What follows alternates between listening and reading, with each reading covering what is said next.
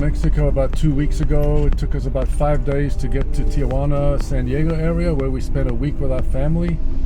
And then we just drove up, got to Redding today. And we're going to Costco to buy supplies for the cabins and the bathrooms and things for the RV park.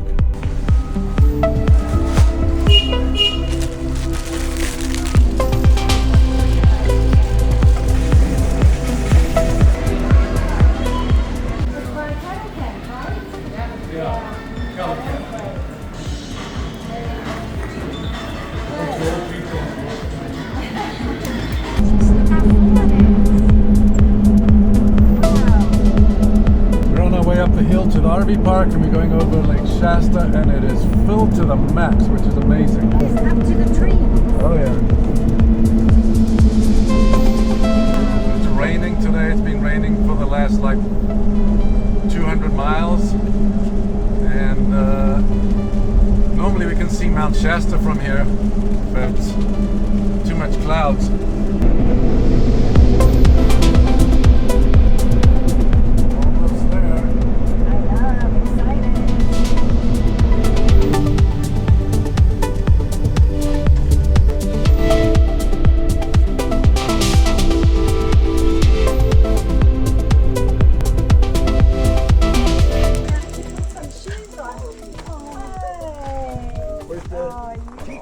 Good, thanks.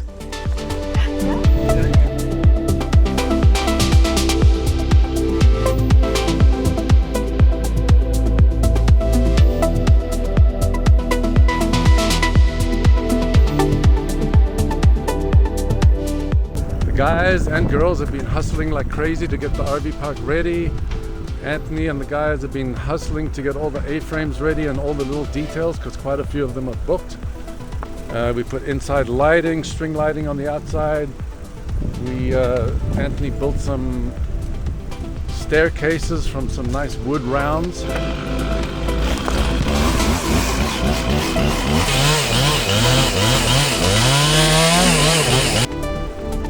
Finishing painting all the details outside and inside.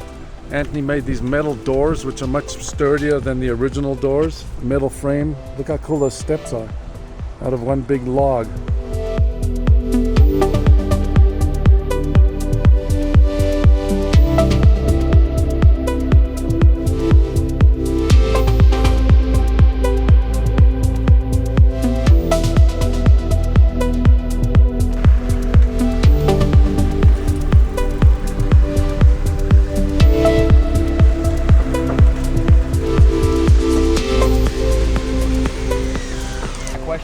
This is the one we talked about spinning. Do you still want to do that, or want to just rock it? And then put the door where? So as of right now, it's pointing here. Yeah, the flip-up door there. Yeah. Oh, and the walk-in door here. Yeah, exactly. Waterfall and waterfall right here. I would say you should put that on your little video. Look at that big trout right there. See all the big trout? They've actually gotten really big. Where? Right there. Oh, they're just hanging out. Yeah, and they're all over. And It's a nice deep pool. But that's a big one laying right there on the ground right there. He's like this big. They're so camouflaged. Yep.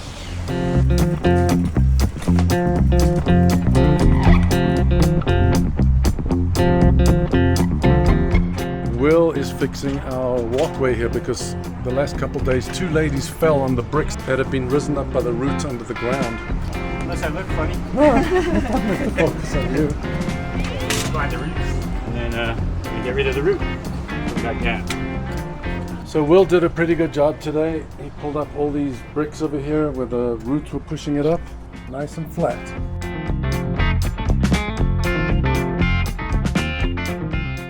Thank you, Joe, for all the books.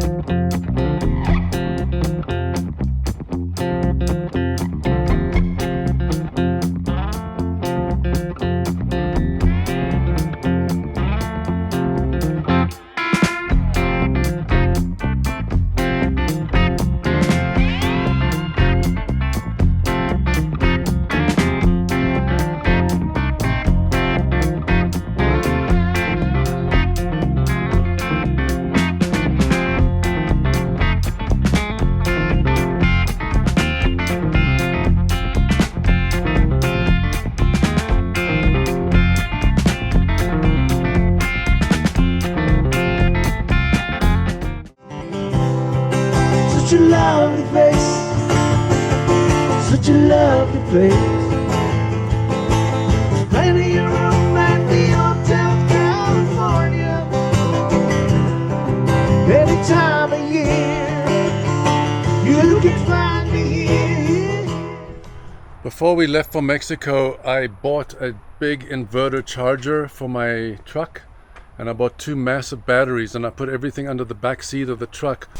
So right in the back seat here, I put a whole electrical board. This is the electrical going out to the camper. This is coming in from shore power when you plugged in at an RV park or a generator. This is my DC to DC charger, which runs off the alternator. It charges up to 50 amps from the alternator when the truck engine is running. That's a little breaker switch. This is the solar coming in. So I've taken the solar from the camper and put a breaker over here, a cable coming in with an Anderson connector, and that runs underneath through the floor. All the wiring comes up through the floor over here. And this is the inverter charger. And here the 2 batteries I installed, but I just put a third one in. So today I'm going to wire in the 3rd battery, and I'm going to have massive power. Even with the 2 batteries, it runs my AC for about 6 hours, but with the 3rd battery, it's going to run, I'm guessing, for 8 to 10 hours. So I keep in my toolbox this lug crimper. It crimps onto the cable. I bought copper cable. It's welding wire. Don't be fooled by the cheap crap that's copper coated aluminum, which doesn't work as well. But this is expensive, but it's well worth it. And then I'm going to crimp on these lugs.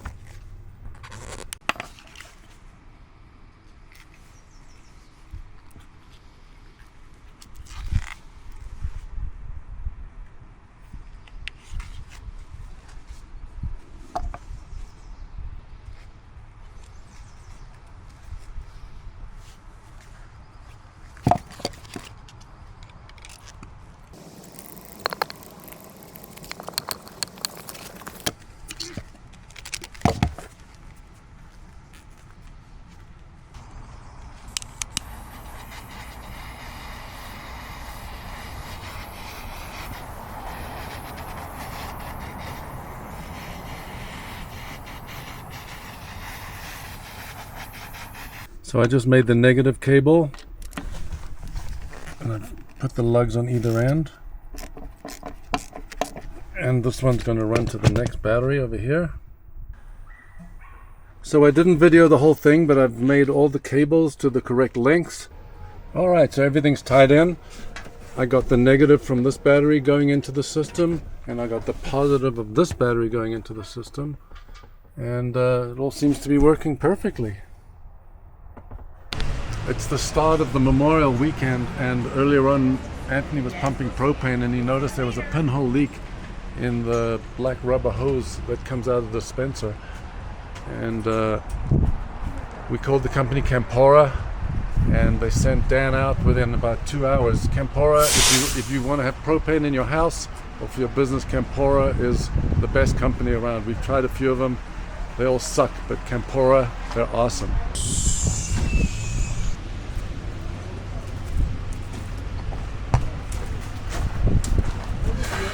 Yeah, people are coming in now. That's good. Bro.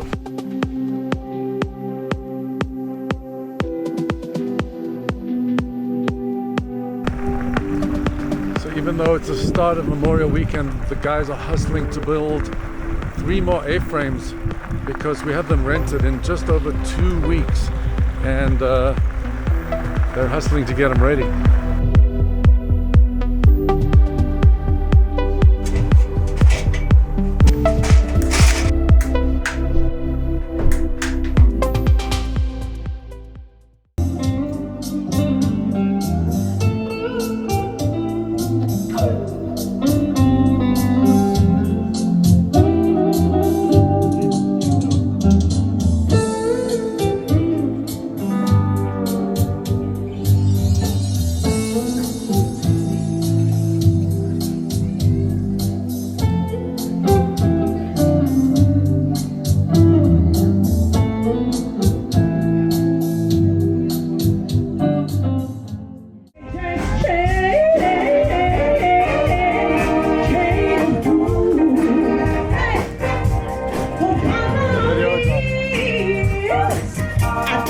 thought you were my man,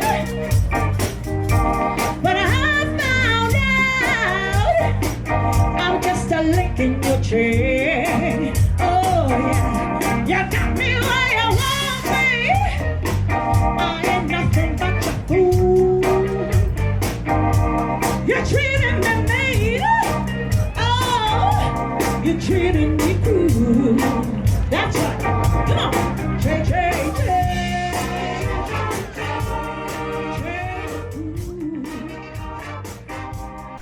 Most of you that have been here before realize how protective we are about our grass. And the only reason why we protective about our grass, well, really two reasons. Number one, we spend about $20,000 a month on our grass when it comes to gas for the mower, labor for the mower, weed whacking, maintenance of the lawnmower, fertilizer, grass seed, turning the water on and off on our restricted 3 days a week, mornings and evenings. To me, enforcing the grass rules is the worst part of my job because people come camping, they want to put down a rug or a mat to stop bringing dirt into their RV. We totally understand it. But I've come to realize since we've owned this park that grass is a huge attraction for our guests. There's some grass spots in the park where people park their RV right on the grass, which is very unusual. And we got to do our best to protect the grass because the grass has to last throughout the whole summer. And we're extremely busy. So one of the things we do is we ask people not to put rugs or mats down on the grass, which kills it pretty quickly. It takes about 3 to 6 months to fix once the big yellow spot's been there for a few days of a rug being sitting down. So every weekend we cruise around the park, and at least 10 times there's mats and rugs on the floor. Even though we verbally tell people when they arrive, we give them a nice brochure, we even highlight the brochure, and we go around and either they just ignore our rules or they didn't see them, which is quite strange. So that's how we protect our grass. It's pretty strange how some of the guests put mats and rugs on the floor, and when we ask them to remove them, they act like they have no knowledge about the rule that we have, and they pretend that we never gave them the brochure, but somehow they do have the Wi-Fi password, which is on the bottom of the form. In a situation like this, we saw the big rug down on the carpet. We knocked on the door, no one was around. We called the guest, they didn't answer.